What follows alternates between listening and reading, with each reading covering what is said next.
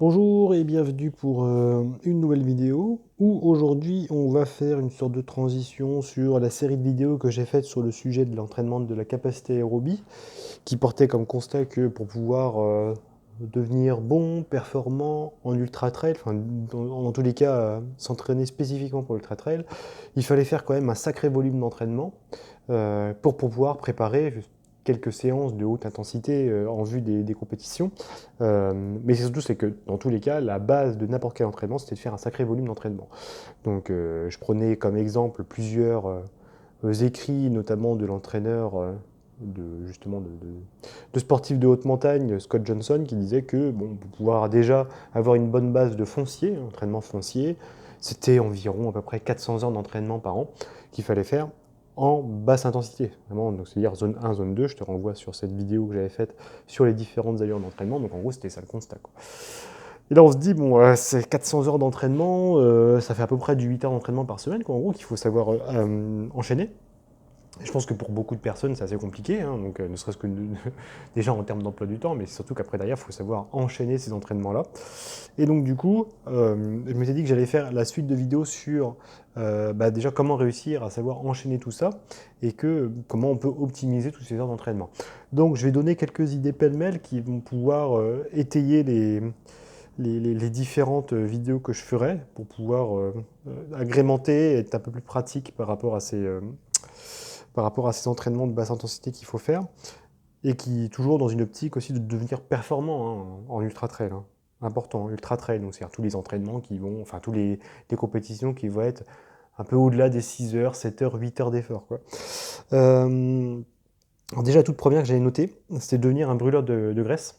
Pour faire très simple, hein, c'est-à-dire que plus tu consommes des glucides, voilà, plus déjà, ça veut dire que tu es un peu en haute intensité, mais même quand tu n'es pas bien entraîné, tu peux brûler beaucoup de glucides, même à basse intensité, donc ça, en fait, ça s'entraîne.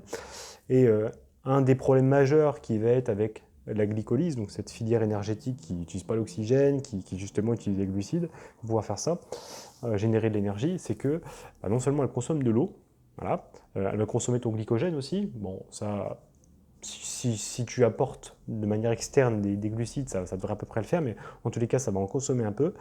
Et surtout, ça va générer voilà, entre guillemets, déchets, qui n'en sont pas forcément, qui sont le pyruvate et le lactate, qui sont après réutilisés par tes capacités aérobies. C'est pour ça que c'est important de bien l'entraîner.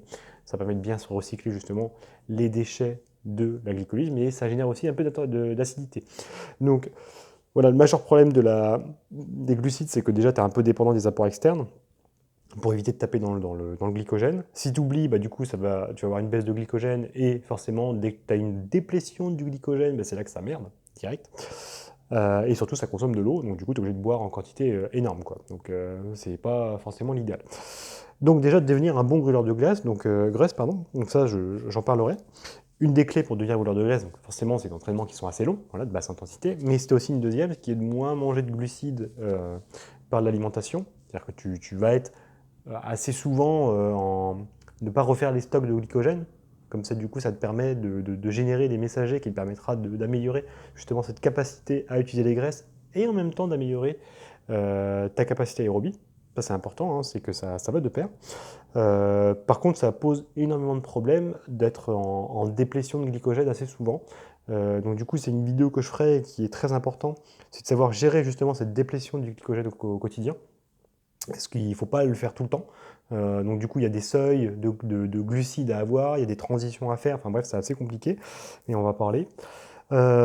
Du coup aussi, qui dit déplétion de glycogène dit déshydratation. Ça arrive quand même assez au quotidien, et il y a des choses qui sont importantes à comprendre, et je ferai une vidéo spécifique là-dessus, mais celle-là, ça nécessite quand même pas mal de recherche, parce qu'il faut que je sois précis, qui est sur les mécanismes du sodium et du potassium. Parce que y a une des erreurs que j'ai faites assez récente, c'est que quand tu manges moins de glucides, sans m'en rendre compte, je mangeais un peu plus d'aliments bruts, bon après c'était plus pour moi, et sans m'en rendre compte, voilà, je bouffais pratiquement plus de sodium. Je parlais plus de sel, quoi, en gros, j'ai pas fait exprès, et puis je m'étais pas rendu compte. Ce qui fait que j'avais souvent soif, sans m'en rendre compte aussi. Tiens, c'est bizarre. En fait, c'est parce que je buvais trop de potassium, et le problème du potassium, c'est quand tu le prends en trop grande quantité, par rapport au sodium, bien sûr, bah, c'est un peu diurétique, donc du coup tu vas cracher de l'eau tout le temps, tout le temps, tout le temps, puis t'arrives pas à assimiler l'eau, quoi. Donc le sodium retient l'eau et ça c'est important. Donc du coup il faut faire gaffe aussi à ce truc-là.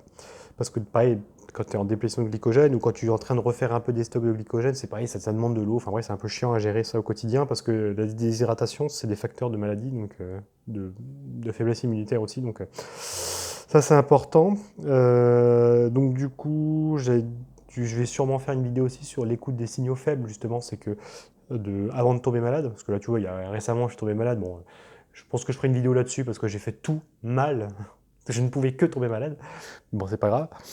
Et donc du coup, ce qui va être extrêmement important, c'est comment réussir à rester toujours en bonne santé au quotidien pour pouvoir accumuler du volume d'entraînement. Parce qu'en fait, c'est un truc tout con, mais tu tombes une semaine malade, tu perds presque 3 semaines après d'un entraînement, en fait, hein. C'est un truc tout con, hein. Donc si ça t'arrive 3-4 fois dans l'année, bah, t'imagines, en fait, tu as à peu près un tiers de ta progression qui est niquée dans l'année juste parce que tu tombes malade. Bon, un tiers, c'est beaucoup. Voilà.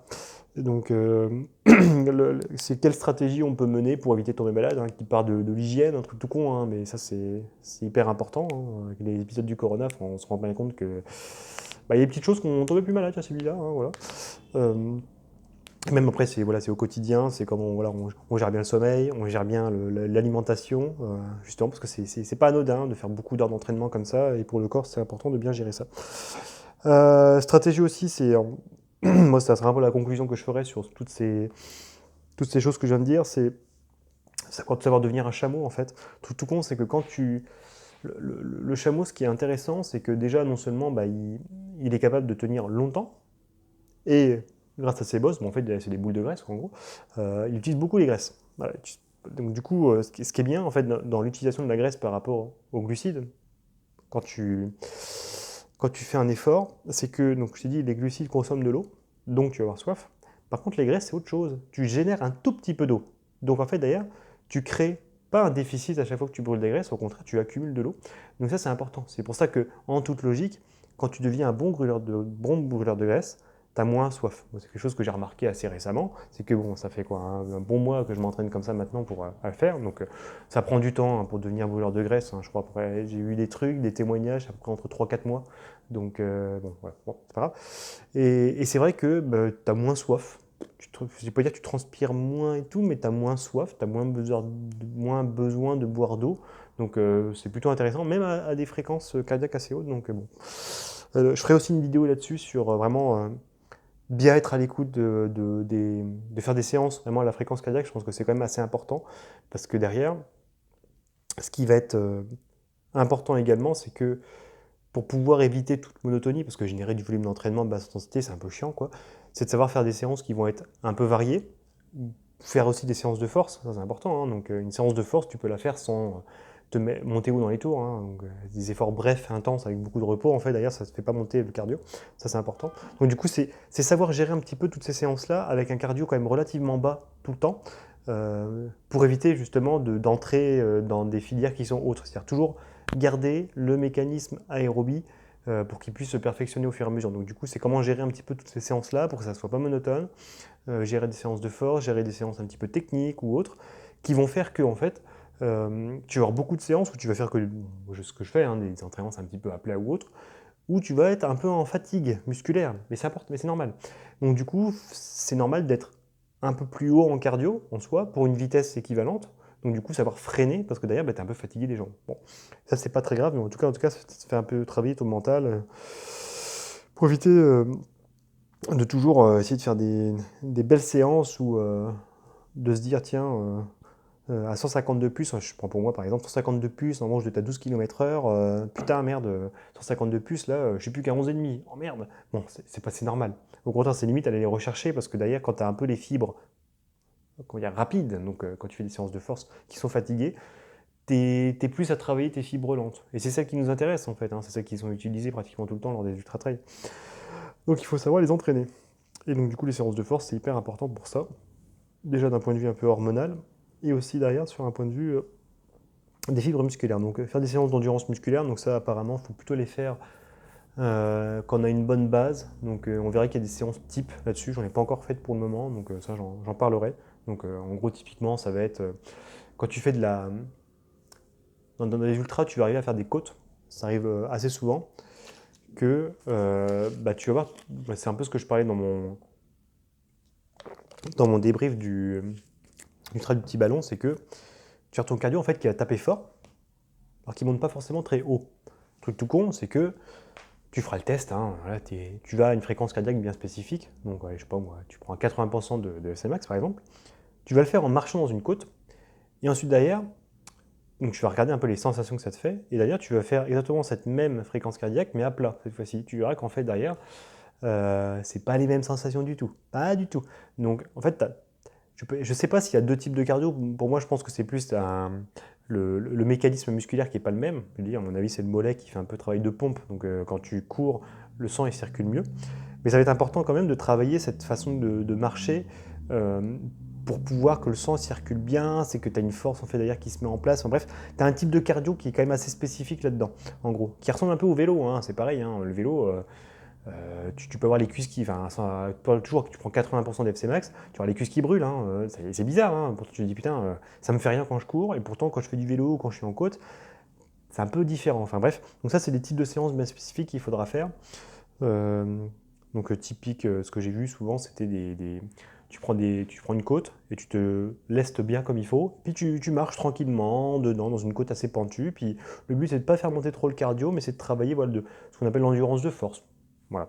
Donc ça s'entraîne spécifiquement. Euh, Ensuite, derrière, donc il me restait encore 3 vidéos, je pense que je ferai, qui sont importantes. L'importance des oméga 3. Donc ça c'est toujours pareil, c'est quelque chose que j'ai remarqué aussi, et j'ai pas fait exprès, mais ça j'en parlerai plus en détail, c'est que quand tu commences à manger un peu plus de graisse et moins de glucides, pour devenir brûleur de graisse, donc forcément tu vas faire des choix alimentaires qui vont être un peu différents. Et ouais, c'est pareil, c'est que d'habitude, avec un ratio de glucides assez élevé, j'avais une balance oméga 3, oméga 6 assez facile à faire. Il suffit de manger un peu de macro, un peu d'huile de lin, et trucs comme ça. Sauf que dès que tu commences à manger beaucoup plus de graisse, donc moi je l'avais fait plus sous forme d'oléagineux parce que c'est pratique, hein, donc des noix, des trucs comme ça, de noisettes. Et en fait j'avais déséquilibré l'apport oméga 6, oméga 3 sans m'en rendre compte. Sauf que ça, les oméga 3 sont hyper importants pour justement diminuer, enfin c'est un anti-inflammatoire hyper important, et pour d'autres choses aussi également. Donc du coup ça te favorise quand même avoir un système immunitaire assez élevé. Enfin, bref. Donc du coup, ça faut faire vachement gaffe. Donc ça j'en parlerai parce que les oméga 3 c'est aussi c'est très très important aussi pour l'endurance. Encore une autre vidéo, c'est comment on s'organise un petit peu au quotidien, c'est comment on se dégage du temps, enfin comment faire pour faire des séances, quoi, truc tout con, hein. Donc le but c'est d'accumuler du temps d'entraînement, je pense que chaque heure d'entraînement ça se prend, voilà, peu importe lesquels. Et donc du coup, savoir un petit peu s'organiser au quotidien, donc je vais donner des pistes, mais après derrière c'est vrai que c'est un peu individuel à chacun, c'est un peu des objectifs de chacun, donc c'est vrai que si on a déjà une vie extrêmement remplie et qu'on veut faire 15 heures d'entraînement par semaine, bon, il y a un moment, c'est quoi ses objectifs, quoi. En gros, forcément, dès que tu vas commencer à faire beaucoup d'heures d'entraînement, tu vas devoir faire des choix. Et souvent, c'est social. Donc, un truc tout con, moi, pour l'instant, je ne le fais pas encore, mais c'est vrai que je l'ai fait pendant un moment. Tu t'entraînes le midi. Et quand tu t'entraînes le midi, tu ne manges pas avec tes collègues, tu ne manges pas avec des amis ou autres. Donc, du coup, c'est une pratique que pour soi. Donc, du coup, tu te coupes de quelque chose. Voilà. C'est un choix à faire. Donc, soit on veut garder quand même entre guillemets de la vie sociale, donc du coup on ne s'entraîne pas le midi, donc du coup on perd du temps d'entraînement, voilà, qu'on pourrait avoir pour entraînement. Soit on se dit mon objectif c'est j'ai envie de devenir bon en course à pied, donc du coup je vais le faire, et donc du coup voilà, je passerai moins de temps avec d'autres. Donc ça s'explique ou autre. Enfin bref, donc ça c'est se dégager du temps, et ça va un peu avec gérer ses priorités, ses objectifs, enfin bref. Ouais, c'est un peu de la prépa mentale, bon j'aime pas trop ces mots-là, mais c'est pas grave, on en parlera un peu. Et après, derrière, c'est comment on module son entraînement aussi. Ça, je le ferai en dernier, et c'est assez délicat. Ça, pour l'instant, j'ai pas encore trop de pistes. Mais c'est en fonction de l'année. C'est-à-dire qu'en fait, pour éviter toute monotonie, euh, je pense qu'en fait, derrière, il peut y avoir une erreur de planifier de manière extrêmement rigide ses entraînements. C'est-à-dire, par exemple, si tu vois beaucoup les entraînements, moi j'avais montré en plus dans les vidéos, je sais pas, je fais, allez, cette semaine, faut que je fasse 86 km, puis la semaine prochaine, il faut que je fasse 89, puis après 92, puis lundi, il faut que je fasse telle séance, le mardi, telle séance, il faut que je m'entraîne telle heure, telle heure, telle heure. Je pense que ça fonctionne pas bien, parce que derrière, il suffit juste, par exemple, d'être un peu fatigué le matin, et de dire, en fait, finalement, cette séance-là, il faut que je la repousse, il faut que je change, il faut que je prenne une journée de repos, t'as plein de trucs comme ça.